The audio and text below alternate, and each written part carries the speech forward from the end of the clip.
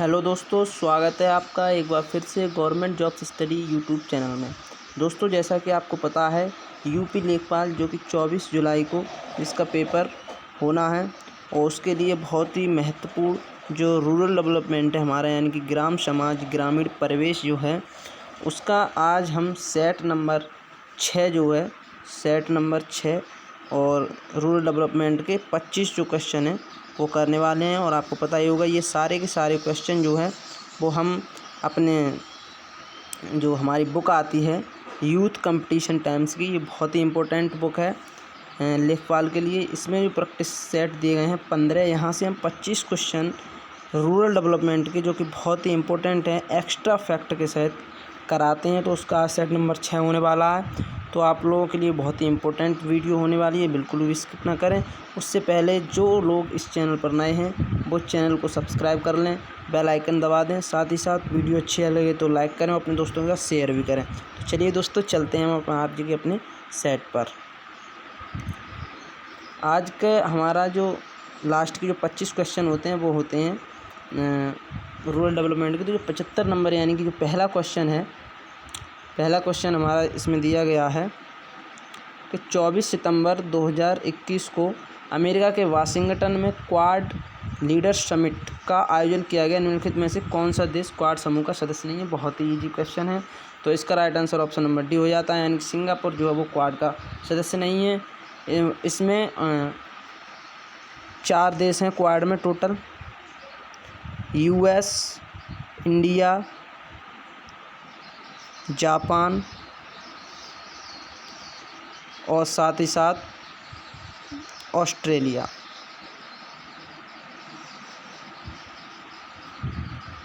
और इसकी जो स्थापना है, क्वाड की जो स्थापना है वो 2007 में की गई थी।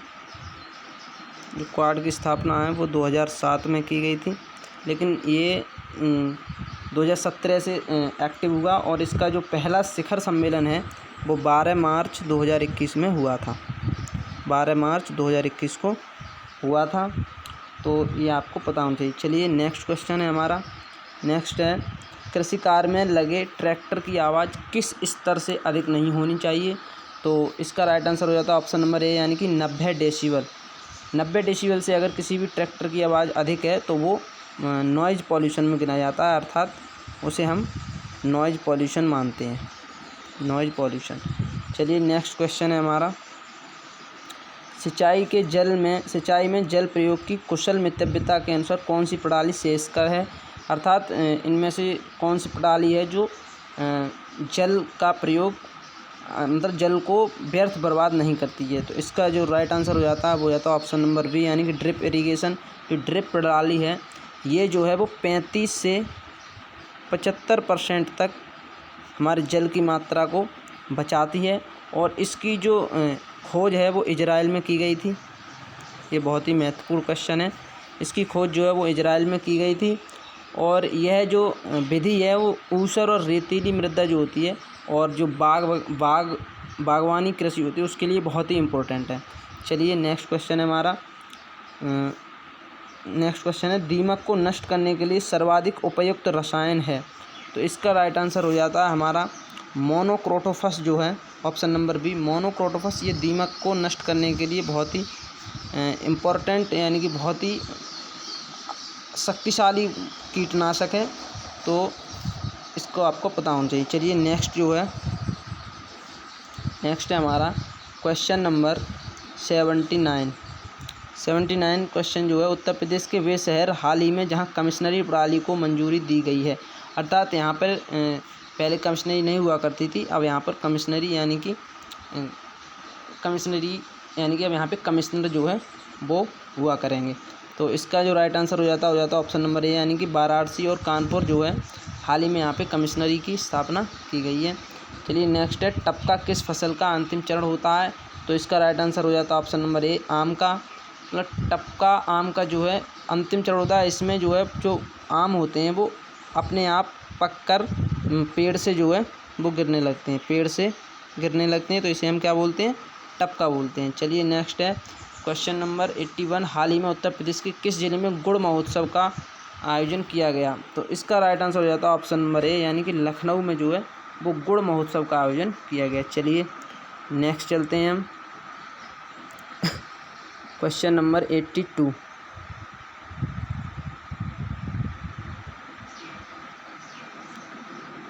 नंबर क्वेश्चन है हमारा, कौन से शास्त्रीय नृत्य रूप का उत्तर प्रदेश में उद्भव हुआ है? कौन से शास्त्रीय नृत्य रूप का उत्तर प्रदेश में उद्भव हुआ है? तो इसका राइट आंसर हो जाता है ऑप्शन नंबर सी, यानी कि कथक। कथक जो है, कथक का उद्भव उत्तर प्रदेश में हुआ है। ये एक शास्त्रीय नृत्य है कथक का, ठीक है। चलिए इसी तरह से जो कुचिपुड़ी है, यहाँ पे देख लीजिए, जो कुचिपुड़ी है वो हमारे आंध्रा का है, आंध्र प्रदेश का है। घूमर राजस्थान का एक लोक नृत्य है, और जो भरतनाट्यम है वो तमिलनाडु का शास्त्रीय नृत्य है। चलिए नेक्स्ट है हमारा, उत्तर प्रदेश कितने जिलों में विभाजित है? बहुत ही इजी क्वेश्चन है। इसका राइट आंसर ऑप्शन ए हो जाता है। उत्तर प्रदेश में 75 जिले व 18 मंडल हैं। ये भी आपको पता होना चाहिए, 18 मंडल हैं। और जो लेटेस्ट अभी हाल ही में जो मंडल बना है लास्ट, वो हमारा अलीगढ़ हो जाता है, यानी कि 18वां मंडल जो है वो अलीगढ़ हो जाता है। चलिए नेक्स्ट चलते हैं, उत्तर प्रदेश के उच्च न्यायालय के मुख्य न्यायाधीश की नियुक्ति डैश करता है? तो इसका राइट आंसर हमारा हो जाता है ऑप्शन नंबर बी, यानी कि भारत का राष्ट्रपति। भारत का राष्ट्रपति जो है वो उत्तर प्रदेश के उच्च न्यायालय के मुख्य न्यायाधीश की नियुक्ति करता है। इसके लिए जो भारत का संविधान का आर्टिकल 217 है वो कहता है कि भारत के मुख्य न्यायाधीश और राज्य के राज्यपाल के कहने पर राष्ट्रपति जो है वो उच्च न्यायालय के मुख्य न्यायाधीश की नियुक्ति करेगा। तो इसके साथ आपको पता है जो उत्तर प्रदेश है, उत्तर प्रदेश के जो उच्च न्यायालय के पहले मुख्य न्यायाधीश जो थे, फर्स्ट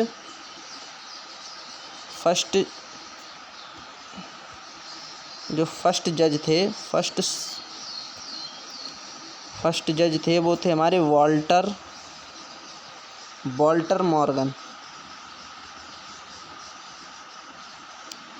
मॉर्गन जो थे वो हमारे फर्स्ट जज थे। और जो वर्तमान में मुख्य न्यायाधीश हैं वो है हमारे राजेश बिंदल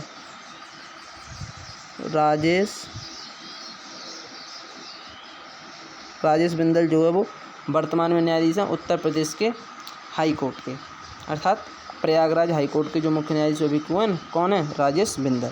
चलिए नेक्स्ट चलते हैं हम, भारत की प्रमुख खाद्यान्न फसल है? तो इसका राइट आंसर हो जाता है ऑप्शन नंबर सी, यानी कि चावल जो है भारत की प्रमुख खाद्यान्न फसल है। भारत चावल की फसल के लिए विश्व में सबसे ज़्यादा क्षेत्रफल रखता है, यानी कि 43 मिलियन हेक्टेयर पर भारत में जो है वो 43 मिलियन हेक्टेयर पर चावल की फसल की जाती है। और भारत में सर्वाधिक चावल जो है वो पश्चिम बंगाल में उत्पादित किया जाता है। पश्चिम बंगाल सर्वाधिक चावल उत्पादन करता है। और जो चावल का कटोरा यानी कि धान का कटोरा है वो छत्तीसगढ़ को कहा जाता है, ठीक है। चलिए नेक्स्ट क्वेश्चन है 86, पंचायती राज व्यवस्था से निम्न में से कौन सी समिति संबद्ध नहीं है? तो इसका जो है राइट आंसर हो जाता है ऑप्शन नंबर सी हो जाता है, यानी कि संथानम समिति जो है वो पंचायती राज से संबंधित नहीं है। बाकी जो अशोक मेहता है, ये GVK राव है और BR मेहता समिति है, ये सभी जो है वो पंचायत से संबंधित हैं, यानी पंचायती राज से संबंधित हैं। चलिए नेक्स्ट चलते हैं हम, नेक्स्ट क्वेश्चन देखिए, नेक्स्ट है हमारा 87 है, पंचायती राज संस्थाओं में महिलाओं के लिए आरक्षित स्थानों के संदर्भ में निम्नलिखित में से कौन सा कथन सही है? तो यहाँ पे दो कथन दिए हैं। इसका प्रावधान संविधान के अनुच्छेद 243D में किया गया है। यह आरक्षण अनुच्छेद 334 में विनिर्दिष्ट अवस्थी के लिए समाप्ति पर प्रभावी नहीं रहेगा। तो इसका जो है वो ओनली वन सही है, यानी कि पहला कथन सही है। तो ये किस ऑप्शन में दिया गया है? हमारा ऑप्शन नंबर ए, यानी कि केवल एक इसका राइट आंसर है। क्योंकि जो पंचायती राज है वो जो है आर्टिकल 243A से 243O तक विस्तृत है। तो इसमें जो 243D है और उसका जो तीसरा खंड है वो कहता है कि आरक्षण की बात करता है। और ये साथ ही जो नीचे कथन दिया है 334, ये इससे रिलेटेड नहीं है, अनुच्छेद 334 इससे रिलेटेड नहीं है। तो इसका पहला कथन सही है, अर्थात केवल एक। चलिए नेक्स्ट चलते हैं हम। नेक्स्ट है पंचायत समिति के सदस्य। ऑप्शन दिए हैं, खंड विकास अधिकारी द्वारा मनोनीत किए जाते हैं, जिला पंचायत अध्यक्ष द्वारा मनोनीत किए जाते हैं, प्रत्यक्ष रूप से जनता द्वारा निर्वाचित किए जाते हैं, या ग्राम पंचायत के सदस्यों द्वारा अप्रत्यक्ष रूप से निर्वाचित किए जाते हैं। तो इसका हो जाता है हमारा 88 क्वेश्चन है, इसका हो जाता है ऑप्शन नंबर सी, यानी कि प्रत्यक्ष रूप से जनता द्वारा निर्वाचित किए जाते हैं। पंचायत समिति आप समझ रहे होंगे, पंचायत समिति मतलब ब्लॉक से इसका संबंध हो जाता है। जो ब्लॉक हो जाता है, ब्लॉक के जो सदस्य होते हैं जिन्हें हम बीडीसी मेंबर कहते हैं, इन्हें हम बीडीसी मेंबर कहते हैं, तो इनका चुनाव जनता द्वारा प्रत्यक्ष रूप से किया जाता है। चलिए नेक्स्ट है 89, सहकारी संगठन में सदस्यों को मत देने का अधिकार होता है। तो इसका राइट आंसर जो हो जाता है वो हो जाता है हमारा ऑप्शन नंबर बी, सदस्यों द्वारा पूंजी की राशि को ध्यान दिए बिना समान, यानी कि सहकारी संगठन जो होते हैं उसमें उत्तर प्रदेश जो सहकारी समिति अधिनियम है वो 1965 में आया था हमारा, 1965 में आया था उत्तर प्रदेश सहकारी समिति अधिनियम। इसकी धारा जो 20 है, इसकी धारा 20 जो है वो कहती है कि चाहे समिति की पूंजी में मतलब कोई सदस्य है उसकी चाहे समिति की पूंजी में कितनी भी मात्रा क्यों ना हो, लेकिन समिति के प्रशासन में उसे एक वोट का अधिकार सभी सदस्यों को होता है। तो यही पूछा गया, सदस्यों द्वारा पूंजी की राशि को ध्यान दिए बिना ही समान रूप से सभी को यहाँ पे वोट देने का अधिकार होता है। चलिए नेक्स्ट चलते हैं। नेक्स्ट है हमारा क्वेश्चन नंबर 90 नंबर क्वेश्चन है कि निम्नलिखित में से कौन सा भारत में सतत विकास लक्ष्यों के कार्यान्वयन के लिए एक नोडल संस्था है। तो इसका राइट आंसर हो जाता है ऑप्शन नंबर सी, यानी कि नीति आयोग। नीति आयोग जो है वो सतत विकास लक्ष्य SDG के लिए जो है वो एक नोडल संस्था है, अर्थात वही इसका कार्यान्वयन करती है पूरा। और ये जो सतत विकास लक्ष्य हैं जो संयुक्त राष्ट्र है, यूनाइटेड नेशन ने जो इसकी 70वीं बैठक हुई थी, 70वीं बैठक में 17 टोटल सतत विकास लक्ष्यों को रखा था, और इनकी जो वो है, इनका जो लक्ष्य प्राप्ति का वर्ष रखा गया है वो 2030 रखा गया है। तो भारत में इसकी जो नोडल संस्था है यानी कि जो कार्यान्वयन करता है वो नीति आयोग करता है। ये बहुत ही इंपॉर्टेंट सवाल है, आपको पता होना चाहिए। चलिए नेक्स्ट क्वेश्चन है क्वेश्चन नंबर 90 में, राष्ट्रीय विकास परिषद कब गठित की गई थी। चलिए नेक्स्ट पेज पर देखते हैं हम, राष्ट्रीय विकास परिषद कब गठित की गई थी। पहला ही ऑप्शन दिया हमारा 26 जनवरी 1950, 15 अगस्त 1950, 6 अगस्त 1951 या 6 अगस्त 1952। तो इसका जो है वो राइट आंसर हो जाता है हमारा ऑप्शन नंबर डी, अर्थात 6 अगस्त 1952 को जो है राष्ट्रीय विकास परिषद की स्थापना की गई थी। यह जो राष्ट्रीय विकास परिषद है वो एक संविधानेतर निकाय है, अर्थात ये संविधान में इसका कोई जिक्र नहीं किया गया, और इसका जो अध्यक्ष होता है, इसका अध्यक्ष PM होता है, प्रधानमंत्री जी होते हैं। कौन होते हैं? प्रधानमंत्री होते हैं। और इसके जो सदस्य होते हैं वो सभी राज्यों के मुख्यमंत्री इसके सदस्य होते हैं। और ये राष्ट्रीय विकास परिषद जो है वो नीति आयोग द्वारा तैयार योजनाओं का अनुमोदन करती है। ठीक है, चलिए नेक्स्ट क्वेश्चन है हमारा 92, किस फसल के निर्यात से भारत को सबसे अधिक राजस्व की प्राप्ति होती है। बहुत ही इंपॉर्टेंट क्वेश्चन है, ऑप्शन नंबर बी, यानी कि चावल के निर्यात से भारत को सबसे अधिक राजस्व की प्राप्ति होती है। चलिए नेक्स्ट है क्वेश्चन नंबर 93, निम्नलिखित में से कौन सी बासमती चावल की संकर प्रजाति है। तो इसका राइट आंसर हो जाता है पूसा RH10, यानी कि option number A. Pusa RH10 जो है वो बासमती चावल की एक संकर प्रजाति है, जिसका जो विकास किया गया था वो ICAR के द्वारा, जो दिल्ली में जिसका हेडक्वार्टर है, किया था। चलिए नेक्स्ट है हमारा, निम्नलिखित में से कौन सा भारतीय अर्थव्यवस्था का प्राथमिक क्षेत्र है। बहुत ही इजी क्वेश्चन है लेकिन बहुत इंपॉर्टेंट भी है। इसका जो राइट आंसर हो जाता है ऑप्शन नंबर ए हो जाता है, अर्थात कृषि जो है वो भारतीय अर्थव्यवस्था की प्राथमिक क्षेत्र यानी कि प्राइमरी सेक्टर है। इसके साथ साथ जो है विनिर्माण अर्थात उद्योग आदि जो है वो हमारे जिस सेकंड क्षेत्र में आते हैं, मतलब सेकंड सेक्टर होता है, द्वितीय क्षेत्र हैं ये। और ये होटल, बीमा, सॉफ्टवेयर आदि ये सेवाएं होती हैं, ये सब तृतीय क्षेत्र में माने गए हैं। और जो उच्च प्रौद्योगिकी होती है वो हमारी चतुर्थ क्षेत्र यानी कि फोर्थ सेक्टर का नाम दिया जाता है उसे।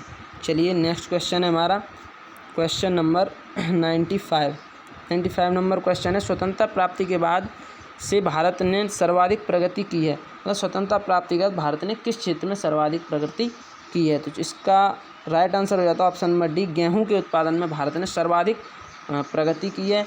क्योंकि 1966-67 में जो नई कृषि नीति आई थी, 1966-67 में जो नई कृषि नीति आई थी उसके अंतर्गत जो बहुत ही उन्नत किस्म के बीज जो मैक्सिको वगैरह से और बहुत से रासायनिक उर्वरकों का जो विकास करके जो फसल में एक तरह से हरित क्रांति जो हुई थी, उससे भारत में खास करके पंजाब और पश्चिमी उत्तर प्रदेश, हरियाणा में जो उत्पादन है गेहूं का वो अत्यधिक बढ़ गया, जिससे कि हमने गेहूं के उत्पादन में सबसे अधिक वृद्धि दर्ज की है। और भारत में जो हरित क्रांति की जनक हैं वो आपको पता ही होगा, MS स्वामीनाथन है, MS स्वामीनाथन है, बहुत ही इम्पोर्टेंट। चलिए नेक्स्ट चलते हैं हम 96 नंबर क्वेश्चन है, और युवा उद्यमियों को बढ़ावा देने के लिए सरकार द्वारा निम्नलिखित में से कौन सा कार्यक्रम प्रारंभ किया गया था।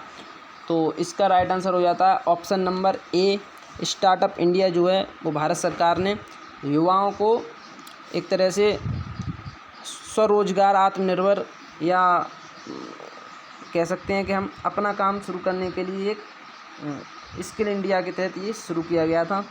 और इसकी जो शुरुआत जो है वो 2016 में की गई थी। सॉरी, ये स्किल इंडिया के तहत नहीं शुरू किया गया था। इसका मुख्य उद्देश्य जो था वो उद्यमशीलता को बढ़ावा देना था, यानी कि आत्मनिर्भर बने, बेरोजगारी कम हो, जिससे कि खुद भी रोज़गार प्राप्त करें और औरों को भी रोज़गार दें। तो इसकी शुरुआत जो है वो 2016 में की गई थी। चलिए नेक्स्ट क्वेश्चन है क्वेश्चन नंबर 97, निम्नांकित में से कौन सा उद्देश्य JNNURM योजना के साथ संबद्ध नहीं है। JNNURM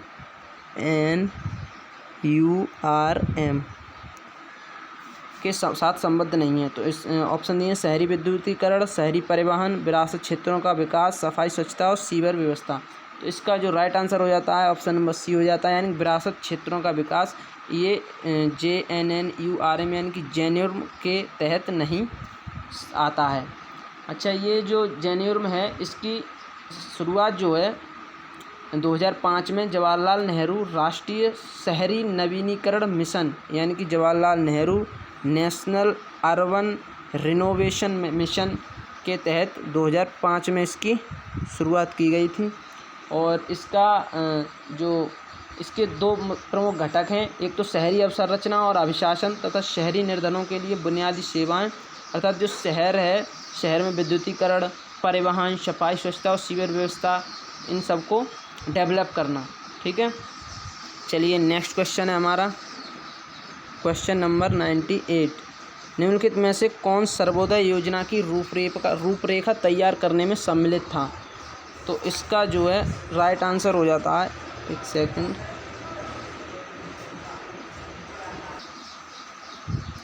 जो क्वेश्चन नंबर 98 है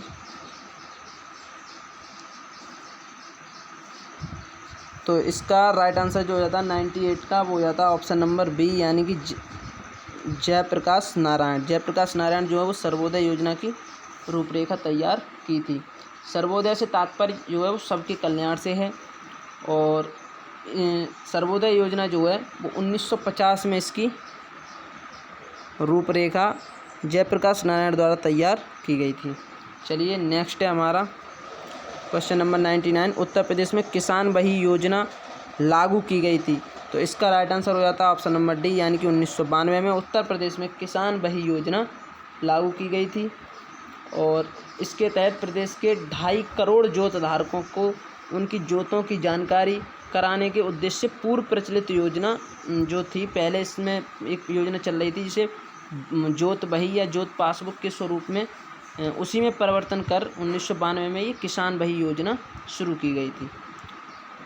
चलिए नेक्स्ट एंड लास्ट क्वेश्चन है हमारा, गैसोहोल की पायलट परियोजना उत्तर प्रदेश में आरंभ की गई है तो इसका राइट आंसर हमारा हो जाता है ऑप्शन नंबर ए, यानी कि आंवला, जो कि बरेली ज़िले में एक तहसील है। इसमें इसकी स्थापना 2001 में, यानी कि इस परियोजना की जो शुरुआत है वो 2001 में की गई थी। आपको पता ही होगा रिसेंटली सुनने में आ रहा है ऐसा कि आंवला नाम से एक उत्तर प्रदेश में नया ज़िला बनाया जाएगा, तो उत्तर प्रदेश में टोटल 76 ज़िले हो जाएंगे। चलिए, तो ये था आज का हमारा एक सेट। उम्मीद करता हूँ आपको बेहद पसंद आया होगा। अगर अच्छा लगा हो तो इसे लाइक करें, साथ ही साथ अगर आप चैनल पर नए हैं तो चैनल को सब्सक्राइब कर दें और बेल आइकन क्लिक करें और कमेंट करके हमें ज़रूर बताएं वीडियो कैसी लगी। ये बहुत ही इम्पोर्टेंट है उत्तर प्रदेश लेखपाल के लिए। 100% आप जितनी भी ये 6ठा सेट हुआ है, 6 के 6 सेट, और हम आगे भी 2-4 सेट और कराएंगे, जिससे कि मतलब जितने हो सकेंगे एग्ज़ाम तक उतने सेट कराएंगे, तो आपको बहुत ही इससे मदद मिलेगी एग्ज़ाम में। तो आप इसे बिल्कुल भी स्किप ना करें, साथ ही साथ शेयर करते रहें। Thanks for watching.